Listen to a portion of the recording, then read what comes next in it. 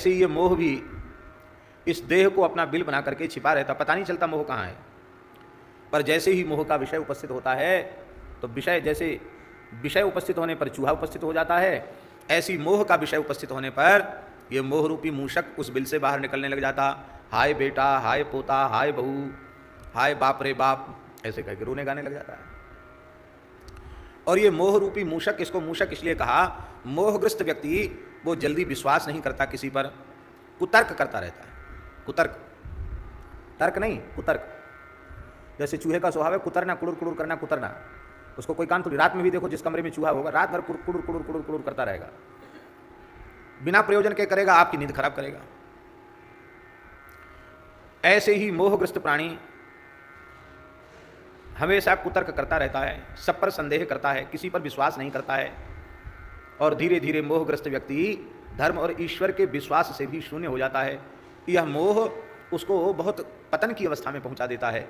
इसलिए गोस्वामी जी ने कहा, मोह सकल व्याधिन कर मूला, सारी भव व्याधि की जड़, सब व्याधियों की जड़ है मोह। एक बार हमने कहा था कि नहीं कहा था पता नहीं, महाराज जी की एक बात बताई थी, सब पर दया मूस पर नाही, बताई थी। चूहा बेचारा नाली में पड़ा किरबिला रहा था, ठंड का समय था, महात्मा को दया आई। महात्मा ने कमंडल के पानी से उसको स्वच्छ करके अपनी बगल की झोली में ही रख लिया और गंगा जी की ओर चल पड़े। गंगा नहाने जा रहे थे, ठंड का समय था। तो एक तो शरीर की गर्मी, ये कांख की गर्मी, झोली की गर्मी, धीरे धीरे चूहे में जान आ गई। उसने सोचा परिश्रम करें, तो महात्मा की माला, झोली, एक एक तुलसी का दाना अलग अलग कर दिया, काट काट करके। और वो जमाना था जो छापा खाने थे नहीं, हस्तलिखित पोथी होती थी, तो उनकी गीता जी की पोथी, पाठ पूजा की पोथी, सब कुतर कुतर के। अब 2-4 कोस चल के महात्मा जैसे गंगा जी गए, स्नान करके जब झोली निकाली तो झोली में कचड़े का ढेर था, कुछ नहीं था। माला भी सब ढेर लग गई और जितनी पोथी, हस्तलिखित पोथी थी, उसको भी काट काट के चूहा ने ढेर लगा दिया, झोली में और छेद कर दिया। जैसे महात्मा ने देखा तो वो तो छेद से भाग गया चूहा, वो तो भाग गया। तो महात्मा बेचारे रोने लगे।